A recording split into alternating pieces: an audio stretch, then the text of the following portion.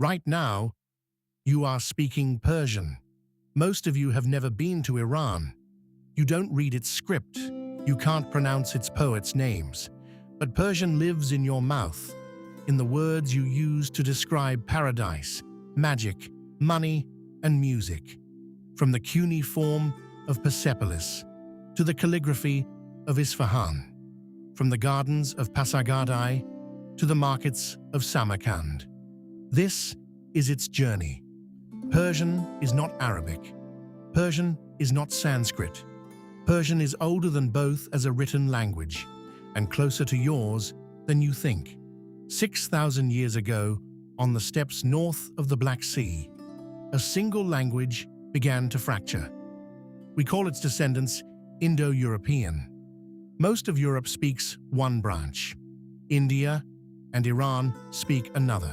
So when a Persian says "per-dar" and an Englishman says "father" and a Roman said "pater," they are not borrowing from each other. They are remembering the same forgotten word. Persian's closest cousins are Kurdish, Pashto, Balochi, and Ossetian. Its modern children are three: Farsi in Iran, Dari in Afghanistan, Tajiki in Tajikistan.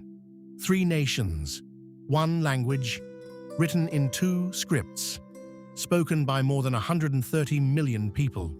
And the story of how it got there begins with a king carving his confession into the side of a cliff.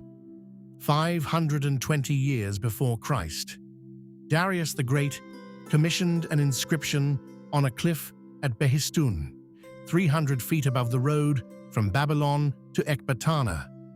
He wanted travelers to read it. He wanted gods to read it.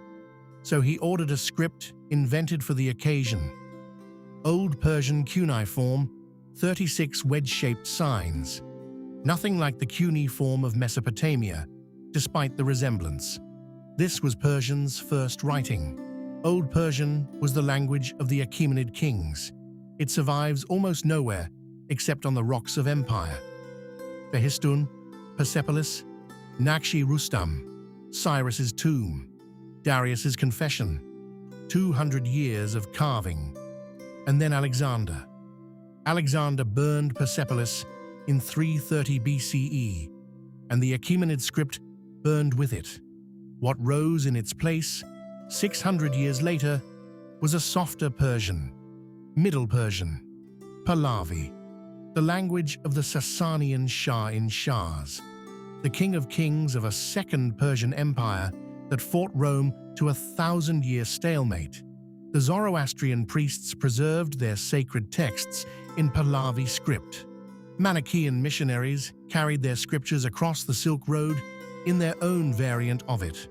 The fire temples of Sasanian Iran ran on Middle Persian until the 7th century, when an army from Arabia arrived and changed everything. The Arab conquest broke Persia politically. It did not break Persian. The language adapted, took on the conqueror's alphabet, kept its grammar, and waited. 2 centuries later, in the Samanid court of Bukhara, a court poet named Rudaki picked up the new Arabic script and wrote in his mother tongue. What followed was not a revival, it was a 1,000-year flood. Ferdowsi wrote the Shahnameh, 60,000 verses of Persian myth and history, finished in 1010 CE. Then Khayyam, then Rumi, then Sa'adi, then Hafez. Persian had crossed from cuneiform to calligraphy, and from one empire's tongue to half a world's. Between the year 1000 and the year 1800, Persian was not just a language, it was a passport. A Bengali clerk in Calcutta wrote his court documents in it. An Ottoman sultan in Istanbul wrote his love poetry in it. A Mongol Khan in Tabriz signed his treaties in it. From the Bosphorus to the Bay of Bengal, Persian was the language educated men reached for when they wanted to be taken seriously. The Mughal emperors of India made it official. From Akbar's reign forward, 1556 until 1837, Persian was the administrative language of the Indian subcontinent. The deeds to your grandfather's grandfather's land were probably written in it. Then, in 1835, a young British civil servant named Macaulay sat down to write a memo and decided India would learn English instead. The East India Company replaced Persian with English in the courts in 1837. 600 years of administrative life ended in a paragraph. But before it ended, listen to what it produced. Hafez of Shiraz, 14th century. If that Shirazi Turk would take my heart in hand, for her Indian mole, I would give Samarkand and Bukhara. 2,500 years ago, the Achaemenid kings built walled gardens, vast, irrigated, planted with fruit, and stocked with game. The Avestan word for them was Pyridiza, walled enclosure. When Xenophon, the Greek mercenary, wandered through one in 401 BCE, he had no Greek word for what he was seeing. So he borrowed the Persian one, paradisos. 2 centuries later, when Hellenistic Jews translated the Hebrew Bible into Greek, they reached for the same word to describe the Garden of Eden. Latin took it from Greek, French from Latin, English by 1175.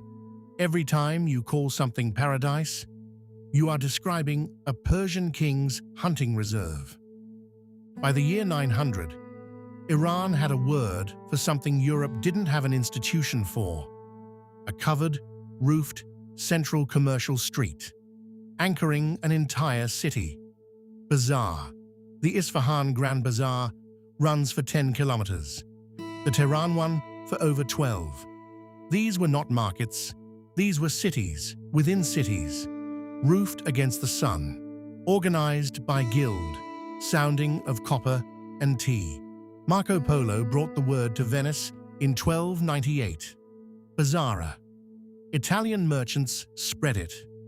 By 1588, the English took it on too.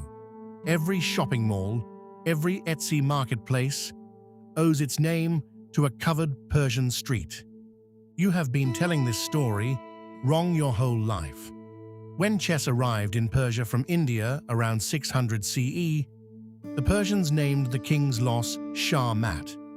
Most translations will tell you that means the king is dead. It does not. Persian mat comes from the verb mandan, to remain, to be left without options. The king isn't killed. He's stunned, cornered, out of moves, with the whole board watching. When the word reached Arabic, speakers misheard mat as their own martyr. He died. Spanish picked up the mistake. So did French. So did English. The king isn't dead. Persia never said he was. In 520 BCE, Darius the Great carved an inscription at Behistun. He named his enemy Gaumata the Magus, a Magu, a Zoroastrian priest. The Magi were Persia's hereditary holy class. Astronomers, dream interpreters, fire keepers. When Greek travelers met them, they couldn't separate the religion from the rituals. So the Magu became the Magos. The Magos became Magicus.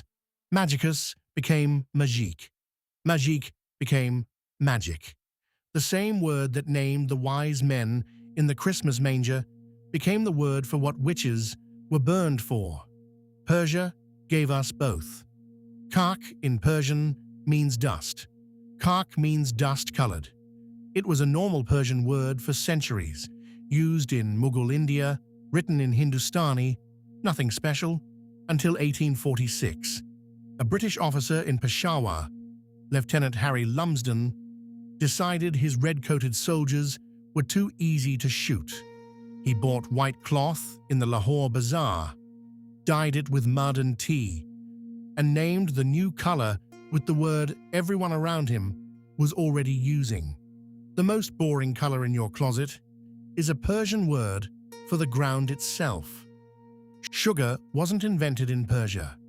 It came from India, Sanskrit sharkara, originally meaning gravel or grit. for the look of crystallized cane juice. But the world doesn't speak Sanskrit. It speaks Persian. Khosrau I's medical academy at Gundashapur cultivated cane in the 6th century and wrote the word down as shakar. Arab pharmacists in Baghdad called it sukar. Crusaders learned to refine it in Norman Sicily. England wrote it as sugra by 1290. The sweetest word in English isn't English. It's an Indian gravel word that rode Persian camels through Arab pharmacies and arrived in London as medicine. If you opened your eyes this morning, you walked into a Persian dictionary. Your wardrobe, pajamas, shawl, cummerbund, taffeta, khaki. 5 Persian words deep before you've left the bedroom. Your kitchen, sugar, candy, lemon, orange, spinach, pistachio, kebab, 7 more. Your garden, jasmine, lilac, tulip, and the same Persian root that names the tulip also names the turban. Dolband for the shape of the wound cloth. Your street, bazaar, caravan, caravanserai, kiosk. Your games, chess, check, checkmate, check. All 4 come from one Persian word, Shah, the king. Every check you've ever signed is a king's order.